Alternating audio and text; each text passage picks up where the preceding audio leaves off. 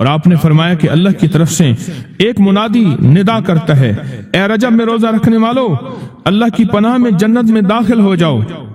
اور ہاں فرمایا کہ قیامت ہوگی تو پکار مچے گی، رجب کے ماننے والے کہاں ہیں؟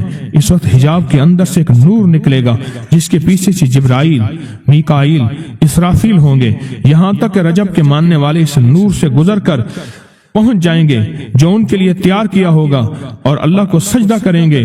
اللہ پاک فرمائیں گے تم اپنا سر سجدے سے اٹھاؤ، یہ سب دنیا میں ادا ہو چکے ہیں، اب منازل عزت کی طرف چلو، اب منازل عزت کی طرف چلو، اب منازل عزت کی طرف چلو۔ اللہ اکبر۔ اور فرمایا مغفرت ہوتی ہے اور اللہ انبیاء کی توبہ قبول کرتا ہے۔ اس رجب کے ایک روزے اور ایک تھوڑی سی عبادت سے اللہ اولیاء کو دشمنوں سے چھڑاتا ہے، اور تین چیزیں اللہ کے ذمہ ہیں: معافی، باقی عمر کی عصمت، اور تیسری یہ کہ بڑی پیشی، یعنی روز قیامت پیاس نہیں لگے گی، روز قیامت پیاس نہیں لگے گی۔ یہ چھوٹی چھوٹی راتیں، یہ چھوٹے چھوٹے دن، یہ چھوٹے چھوٹے لمحے آتے ہیں، اور آتے اس لیے ہیں کہ ہمیں کچھ دے جائیں۔ اگر اس کا غصہ ہے بھی ٹھنڈا ہو جائے، اگر اس کی ناراضگی ہے بھی ٹھنڈی ہو جائے۔ آپ فرماتے ہیں جبریل نے مجھے خبر دی ہے جب رجب کی پہلی رات ہوتی ہے، اللہ ایک فرشتے کو حکم فرماتے ہیں اور وہ پکار کر کہتا ہے سن لو توبہ کے مہینے کا چاند نکل آیا۔ اس مہینے کا اللہ جبریل آواز دیتا ہے سن لو توبہ کے مہینے کا چاند نکل آیا، آ جاؤ اپنے لیے توبہ، امت کے لیے توبہ، اپنی نسلوں کے لیے توبہ، اپنی پچھلی نسلوں کے لیے توبہ، اپنے لیے، اپنے لمحوں، اپنی راتوں کے لیے توبہ، اپنے دن کے لیے ندامت اور توبہ۔ سن لو لوگو، جبریل کیا کہتے ہیں اور پکارتے ہیں کہ توبہ کے مہینے کا چاند نکل آیا۔ بس اس کے لیے بشارت ہے جو اس رجب کے مہینے میں استغفار کرتا ہے، اس کے لیے بشارت ہے جو رجب کے مہینے میں استغفار کرتا ہے۔ غصے کو ٹھنڈا کرنے والی یہ سعادتیں ہیں، اللہ کو ناراض کرنے سے دور کرنے والی یہ نعمتیں ہیں۔ اللہ پاک نے بعض لفظوں میں چابیاں رکھی ہیں، اور بعض لفظ، بعض بول چابیاں ہیں، چابیاں رزق کی، برکت کی، عنایت کی، عطا کی، کرم کی، فضل کی، اور بے بہا سمندر کو دینے کی۔ بعض لفظوں میں رب نے چابیاں رکھی ہیں، اور بعض لفظ خود چابیاں ہیں، رزق کی چابیاں، صحت کی چابیاں، برکت کی چابیاں۔ یہ سورۃ مائدہ کی آیت نمبر 114، یہ عنایات اور عطاؤں کو عرشوں سے متوجہ کرنے کی چابی ہے۔ یہ صرف روٹی رزق کے لیے نہیں ہے، من پسند کھانے کے لیے نہیں ہے، یہ تو اس کا ایک چھوٹا سا فائدہ ہے، یہ تو اس کا ایک مختصر فائدہ ہے۔ یہ بنیادی طور پہ اس کی رحمت، عنایت اور عطا کو متوجہ کرنے کے لیے ایک حیرت انگیز تحفہ ہے، حیرت انگیز تحفہ۔ اس کی عنایت، عطا اور برکت کو متوجہ کرنے کے لیے ایک حیرت انگیز تحفہ ہے۔ یہ رزق اور دولت کی چابی ہے، یہ برکت کی چابی ہے۔ بات بتاؤ، اللہم ربنا انزل علینا مائدۃ من السماء، دسترخوان بھیج آسمان سے۔ کیا خیال ہے؟ غریب کا، مالدار کا، وزیر کا، امیر کا، بادشاہ کا، سب کا دسترخوان ایک تو نہیں ہوتا، ہر بندہ اپنی حیثیت کے مطابق دسترخوان لگاتا ہے۔ ایک صاحب کہنے لگے کہ میرے لیے ایک عرب نے دسترخوان لگایا، ایک بیل پڑا ہوا تھا، بھنا ہوا، پورا بھنا ہوا بیل تھا، اس کا سر تھا، اس کے سر کو ذبح کیا تو خون بھی بہ رہا تھا دسترخوان پہ، سر کو ذبح کیا تو وہ خون بھی بہ رہا تھا دسترخوان، بیل بھنا بھی ہوا ہے اور خون بھی بہ رہا ہے، چھری پھیری۔ حیران ہوا یہ کیا؟ انہوں نے کہا وہ خون نہیں تھا، وہ جیلی تھی، وہ چاکلیٹ تھا، وہ اور کوئی نعمتیں تھیں۔ پھر اس بیل کو کھولا تو اس میں سے بکرے نکلے بھنے ہوئے، پھر بکروں کو کھولا تو اس میں مرغیاں نکلی ہوئی بھنی ہوئی، پھر مرغیوں کو کھولا تو اس میں انڈے نکلے اور میوے نکلے۔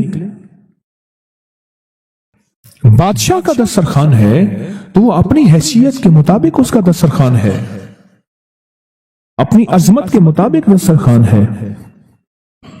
میرے اللہ کا دسترخوان انزل علینا مائدۃ من السماء، پر مولا دسترخوان دے ایسا جیسے عید ہو جائے۔ اب اس آیت کی تنہائیوں، اس آیت کی گہرائیوں اور اس آیت کے اندر کی شہ تک پہنچے۔ اللہ دسترخوان دے پر دے ایسا ایسے کہ جیسے عید کر دے۔ آپ اللہ سے مانگتے ہیں تو اللہ سے اللہ کے مطابق مانگے۔ میرے رب کی جتنی عظمت ہے، وقار ہے، شان و شوکت ہے، میرے رب کی جتنی طاقت قوت ہے، اس کے مطابق مانگے، اس کے مطابق مانگے۔ کیا خیال ہے؟ یہ آیت اصل میں دسترخوان کے لیے ہے، اور دسترخوان سے مراد یہ کھانا نہیں، دسترخوان سے مراد دونوں دسترخوان ہیں، رزق روحانی اور رزق جسمانی، دونوں دسترخوان جو میرے رب کے پسندیدہ دسترخوان ہے، رزق روحانی بھی اور رزق جسمانی بھی۔ ہم افطار کے وقت کھانا مانگتے ہیں اللہ سے، مال مانگتے ہیں، دولت مانگتے ہیں، کیوں اتنی تھوڑی چیز مانگتے ہیں؟ اللہ سے رزق روحانی کیوں نہیں مانگتے؟ اور جنہوں نے رزق روحانی مانگا تھا، ایک اللہ والے تھے، ان کے خلیفہ تھے، وہ فوت ہو گئے تو ان کے خط اٹھائے گئے، اپنے مرشد کو خط لکھتے تھے، اور مرشد کا مزاج تھا اسی خط پہ 2 لفظوں میں جواب لکھ کے بھیج دیتے تھے، 2 لفظوں میں جواب لکھ کے بھیج دیتے تھے اسی خط۔ فرماتے تھے کہ حضرت آپ کی دعاؤں اور توجہات سے، اللہ کے فضل و کرم سے میرے روزانہ جو ہے 1.25 لاکھ دفعہ نفی اثبات ہوتا ہے، لا الہ الا اللہ، 1.25 لاکھ دفعہ الا اللہ ہوتا ہے، 1.25 لاکھ دفعہ اللہ ہوتا ہے، 1.25 لاکھ دفعہ اللہ ہوتا ہے، 70,000 دفعہ 1.25 لاکھ دفعہ کلمہ ہوتا ہے، اتنے سپارے ہوتے ہیں، اتنی 100 رکعتیں ہوتی ہیں، یہ ہیں۔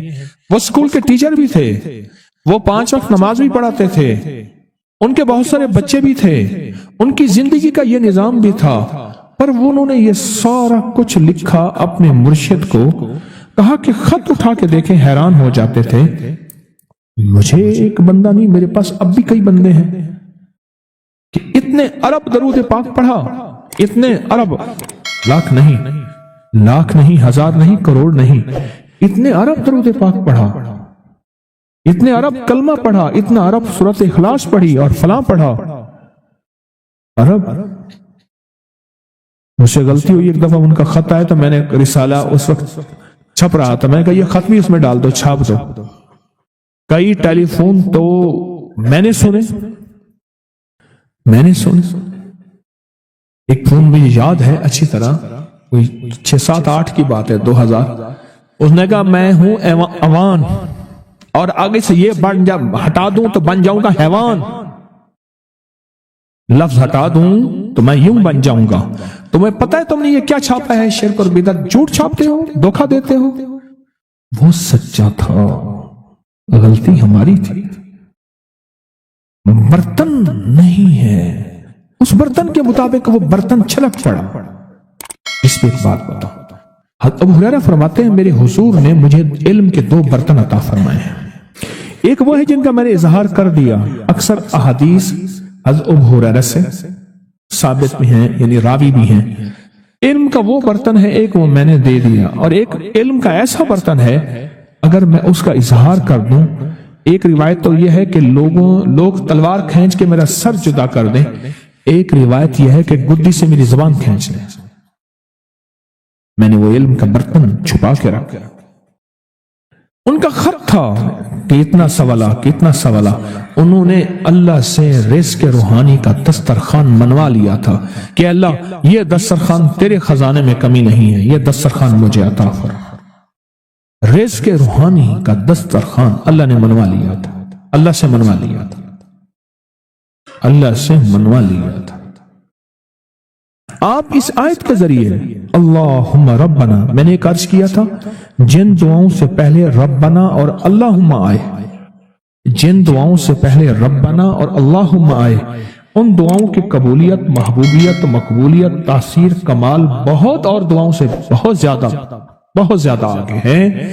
اس دعا میں اللہم آئے ربنا انزل علینا مائدۃ من السماء تکون لنا عید، مولا دسترخوان بھیج آسمان سے، مولا دسترخوان بھیج آسمان سے، دسترخوان بھیج آسمان سے، اور ایسا دسترخوان آسمان سے بھیج جو تیری شان کے مطابق ہو. پھر آپ کی نسلوں میں رزق، دولت اور صحت، برکت، اور پھر کمال سوچ نہیں سکتے کہ علم کے خزانے، روحانیت کے خزانے، ذکر، تسبیح، سجدے، عبادات. اچھا، ہمارے ہاں عبادات میں ایک وہ عبادات ہیں جو ہم کرتے ہیں اور یہ بالکل ٹھیک ہے، نفل، اشراق، چاشت، اوابین، تلاوت، تسبیحات. ایک لمحہ بندے پہ ایسا آتا ہے اس کی ظاہری عبادات مخفی ہو جاتی ہیں، اور یہ ہر کسی پہ نہیں آتا. امام مالک پہ آیا تھا کہ وہ پھر گھر میں بند ہو کے رہ گئے تھے، گھر میں بند ہو کے رہ گئے تھے، پھر جنازہ وہیں سے نکلا تھا، وہ کتنے سال گھر سے باہر نہیں نکلے. اس آیت کے ذریعے اللہ سے منوائے. اور ایک دھماکہ ہوا، ساری کائنات ہل گئی اور ایک دروازہ کھولا، اور رب نے اس دروازے میں سے ایک چیز نازل کی جو نہ کبھی تورات میں آئی، نہ انجیل میں آئی، نہ زبور میں آئی، نہ صحیفوں میں آئی، نہ کسی نبی پہ آئی، نہ کسی رسول پہ آئی، نہ کسی پیغمبر پہ آئی. اور وہ ایک چیز صرف میرے کملی والے کو ملی ہے، اور وہ صرف ایک چیز ملی ہے، صرف وہ جو میرے کملی والے کو ملی ہے، میرے حضور کو ملی ہے. وہ کسی کتاب میں، کسی صحیفے میں اس سے پہلے کبھی نہیں آئی تھی اور اس کے بعد کبھی نہیں آئے گی. اور وہ چیز ہے بسم اللہ الرحمن الرحیم. اور اس کو بھی یاد رکھیے گا، فرمایا جو سارے قرآن میں ہے وہ ساری سورت فاتحہ میں ہے، جو ساری سورت فاتحہ میں ہے وہ ساری بسم اللہ میں ہے، اور جو ساری بسم اللہ میں ہے وہ بسم اللہ کی بے میں ہے، با میں، بے میں. اور ایک بات اور کہ اللہ الرحمن الرحیم، جو بندہ بسم اللہ پڑھتا ہے یا بسم اللہ کو لکھ کے اپنے پاس رکھتا ہے، اس میں میرے رب کے 3 نام ہیں. ایک ہے اللہ،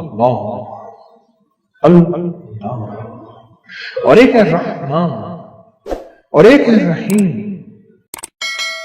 میرا اللہ تو دنیا آخرت کی ساری کفایت کرنے والا، ولایت، کفایت، راحت، رحمت، عزت، عظمت، برکت، وقار، شان و شوکت، وہ تو اللہ اللہ اللہ اللہ اللہ اللہ.